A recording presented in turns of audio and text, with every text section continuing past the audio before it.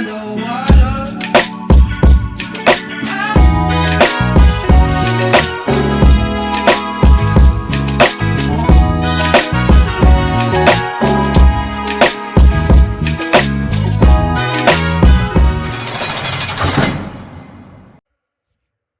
Y'all know what's going on. It's time for another episode of Doing Time with Joe. I'm your host, Joe Baker. Welcome to the show, y'all. Look here.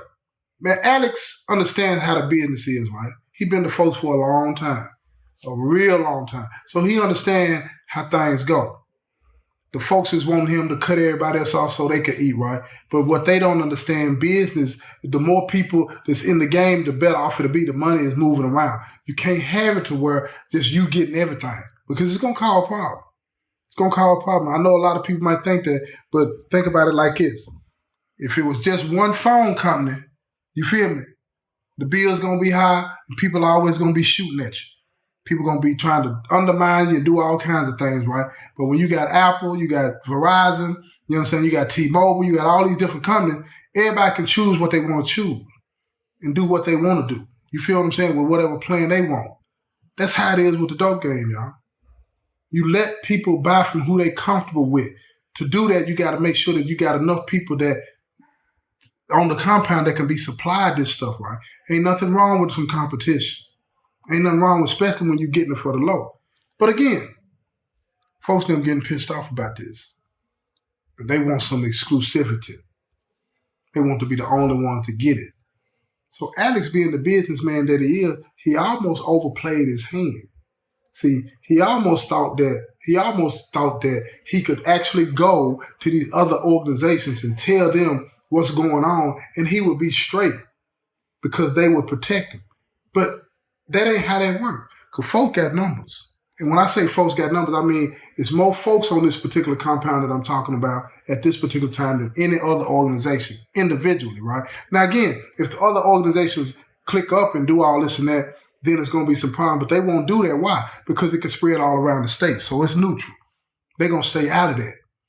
They're going to stay out of that. So one of the heads of one of the other organizations, they telling me, look, man, work that out, man.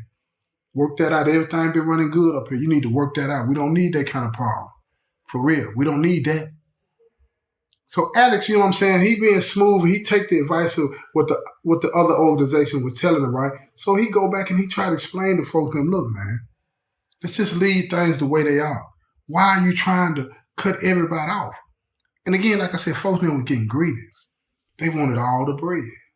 And he kept trying to explain over and over and over. And what he found was some of the brothers in the organization agreed with him, and some of them agreed with the heads, right?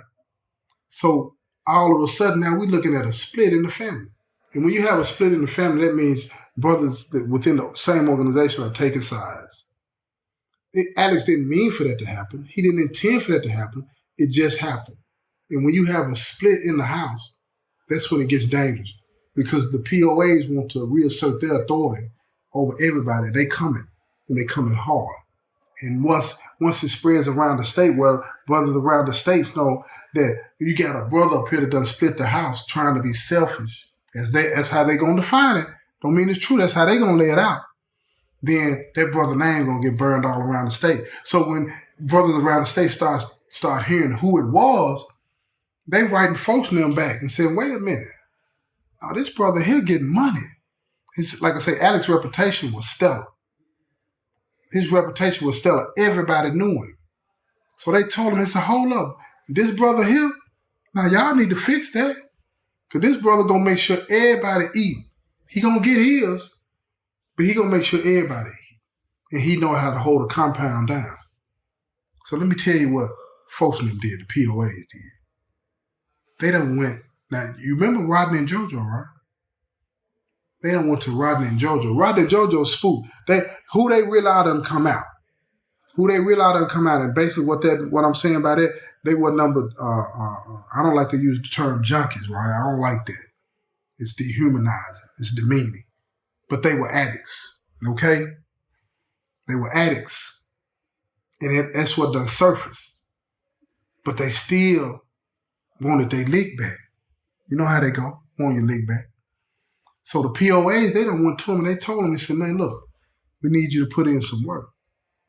See, they couldn't get the fam, even though half of the fam backed them, they couldn't get the fam to do it because they done already wrote around the state and it backfired on them because folks them around the state said, no, man, leave him alone. So they couldn't do it.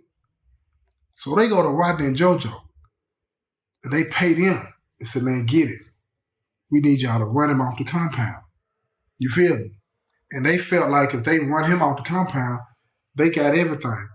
Short-sighted, don't work because Rodney and JoJo don't care nothing about Alex. They just want to get it.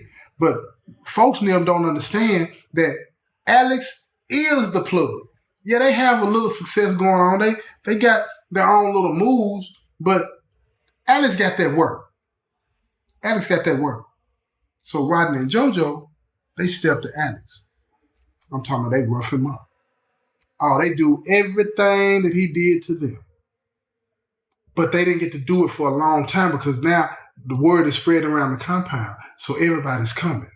They rushing down on the yard. They're trying to see what's going on so they can help it. Because don't forget, Alex feeding everybody. And when they see that folks in them ain't helping him, when he see that folks in them ain't helping, yeah, the brothers that's backing Alex, yeah, they come to his aid, but I'm talking about the POA, they just standing watching. Everybody knew what had happened. Because Rodney and JoJo, they were nothing no more. The only way they would have even done that is if the POAs gave them the green light to do that. So now the cat's out the bag. It ain't no going back. Ain't no turning back. So what does Alex do? He don't check in. He don't lead the folks. He don't do none of that. He stay within the ranks. But he want his lick back. And when I say Alex had money, Alex had money. But more important than money in the penitentiary, when you're dealing with addicts, is that dope. They want that dope. So now, even though he's still the folks, he's sitting down with other brothers and talking, they strategizing, man. Somebody got to give. The house is split. Somebody got to give, man. And it ain't going to be him. Because he intent on getting his lick back. He intent on that. So he's looking around. He's trying to figure out what to do and how to do it. So he go to one of the other heads of another organization. He tell them what's really going on, right? And they already know, but they don't want to get involved in there because it could cause problems for their brothers around the state because the folks is huge. The folks got numbers. So they don't want no parts of it, but they side with it. They side with it. So they tell them, we got butchers if you need them. We got whatever, but we can't jump in there. So this is one of them situations where Alex going to have to put in work for himself. But you're talking about the POAs, man. It's persona non grata, man, hands off. That's what he going to have to do. He going to have to rush him. He going to have to rush him. And he can't rush them all at the same time. You have to rush them one at a time. But see, this is how dangerous prisons get. It's how dangerous it gets. You get to the point to where you think that you own the town and you can leave and go to another side of town to your house and you safe. No, it's not how it works. You put in work in here, you got to go back to a unit, and in that unit might be some brothers that agree with the siding with the brothers that you just stuck on, but you got to go back in there. You got to go. And then the person that you living with, he might done jump ship and switch sides on it. Now you got to sleep with one eye open and one eye closed. And you don't know what's going to happen at any time. And you become so delusional that you think that you can buy your way out of any situation with dope and money. And that's where Alex was at mentally. Because they beat him. They beat him. And he wasn't used to that. Alex got money. People knew him all over the state. But folks now wanted it all. And they had gotten tired of him talking as if he was in charge. They got tired of it. So folks now decided with Alex, they come to holler at folks now, right? The POA, they come holler and say, man, we can't keep doing this, man. Because now folks is walking around on the compound looking at each other crazy. Folks now got everybody, every time they run into each other, they got one hand on the butcher, ready to pull it out against each other. And all the other organizations are seeing this, and they see that the house is divided. They see this weakness. But the POAs, they so caught up, they can't understand that they need to end it. So these brothers that sided with Alex, they tell him, say, what is it going to take to end this? And they told him, he got to supply us and only us. And they asked him, said, why? What is really going on with this? They had gotten so greedy that they couldn't see no other way. I'm talking about the money was good, y'all. I'm going to tell you something. There's some dudes up in here that paid their kids way through college, bought houses, cars, sent their girlfriends on cruises. I'm telling you now. They'll make plenty of money in here. So once they get a taste of that, it makes them feel real big and bold. It makes them feel like they are important to the person on the streets. And they want that. And they want that. They're going to keep that. They're going to keep that. They're going to keep it. So Alex, being a chess player that he is, he go to the other heads, right? And he tell them, look, this is what we're going to do. Because his gal on the street, she the one. She the one holding him down. She the one that making sure everything get where it need to be. You feel what I'm saying? So Alex tell him, he said, look, I got to do what I got to do. I got to do what I got to do. But this is what I need y'all to do. You're going to have somebody on the streets that's going to have to talk to my gal. You ain't going to never see me coming to you no more. You're going to be dealing directly with her. You feel me? On the street. So you got to make your own way. You got to do your own thing. And every one of them understood what was at play here. Every one of them understood that. Because Alex, what was happening with the folks couldn't continue. The only way out for him was to make sure that folks in them thought he was only supplying them. And all the other organizations that he did business with, they understood and they agreed with it. So they let it go down like that. They had their females stay in touch with his female, and they did business like that. They had their own moves. They had to do all of that stuff on their own. So he go to folks now after he gets all that set up, and he tell them, look, let's make peace. It's one thing about folks, especially the POAs, right? If they think you bowing down to them, they'll take your word for it up front initially. But they're going to watch you. They're going to watch you because now they suspect them. You feel me? They know, he know, they let Rodney and JoJo get him. They know that he knows that they tried to run him off the compound. He knows everything. And they're suspicious of that. But see, one thing they didn't understand about Alex, he is a businessman. And he weighed it up. And he concluded that this is business. And I ain't got no win. You can't beat the mob, y'all. I'm telling you now. You can't beat the mob. At least you can't make it look like you're beating them. See, yeah, they still got what they wanted. But it wasn't from Alex as far as the folks understood. They didn't make even a nickel more than what they were making, man. But they had control over Alex. That's all they wanted. That's all they wanted. That's what gangs are about initially. Essentially, they want control over another human being. That's what that's about. And that's the way it broke down. Now, Alex seems to be back in good graces with the guys. He seems to be back in good graces with the guys. And that's the hard part for him because he's feeling some kind of way about how they did it. He don't see the family the way he saw the family before. He don't see that trust. Not from these brothers on this particular compound. Because he's never had to face this problem before. Ever. But now he was having to face it. He was having to face it. He had to face that his own kind had tried to hurt him. Had tried to take him out. All because they want to control what he had set up.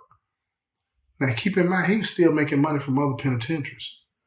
Now, time is passing up here. He about in his second year.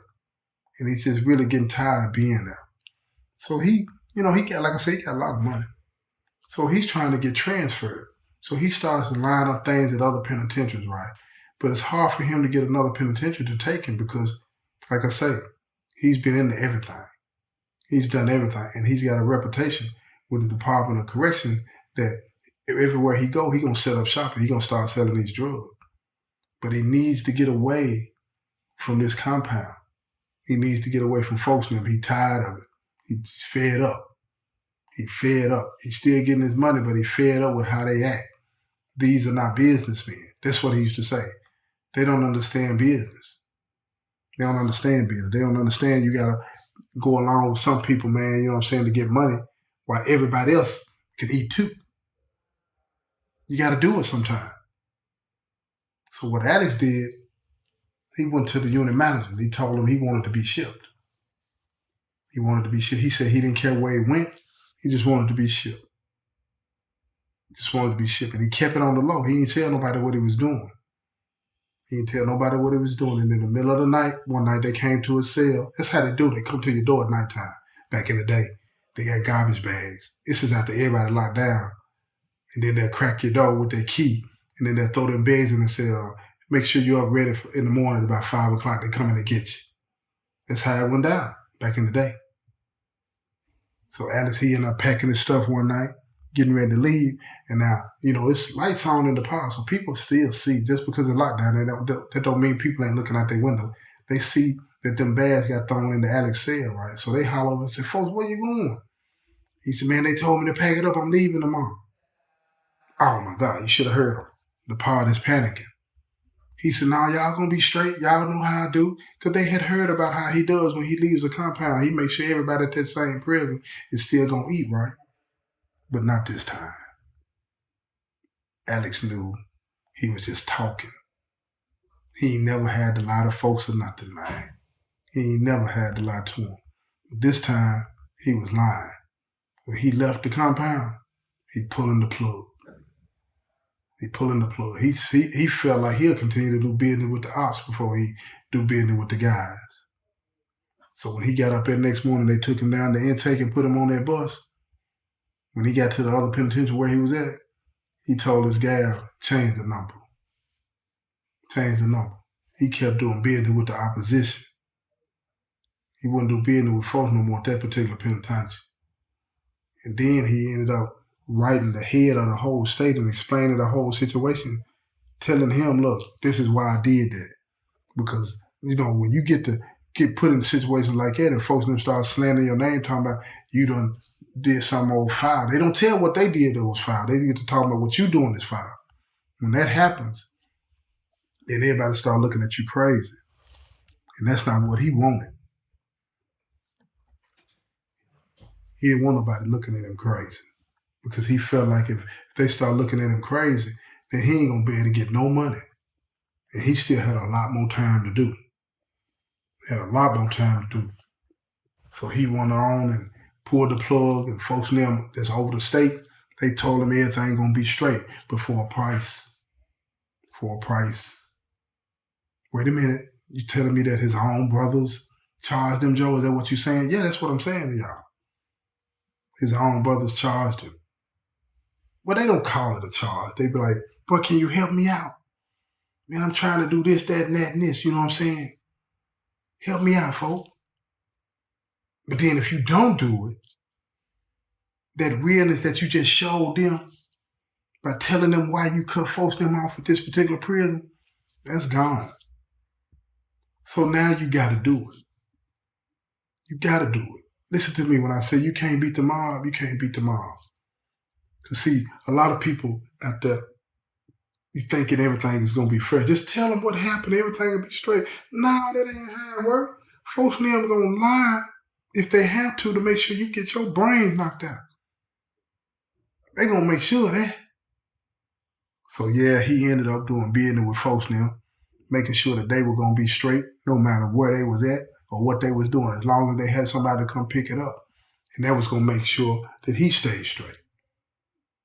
And that's how he did the rest of his time, man. He still made a lot of money, but he got the last penitentiary he got at. He didn't leave that penitentiary. He stayed there. That's the penitentiary that he stayed at until he got out. And then when he got out, he kept running that pack back up in the penitentiary, getting his money. kept getting his money, but he was in real control then. Let me put it like that. He was in real control then. He didn't have to worry about what nobody else was saying, what nobody else was doing. And this story was important because I wanted you to understand how treacherous it'll get in here when you're making that money. You think everything gonna be smooth as long as everybody eating. No. Never underestimate the next man's greed. Never underestimate the next man's greed in this game. That's my thing. I don't recommend you do it at all. It's not worth it, y'all. But then you grown. Do you, or you think you're grown. This has been another episode of Doing Time with Joe. I'm your host, Joe Baker, and I say peace, y'all. I've been trying to breathe underwater.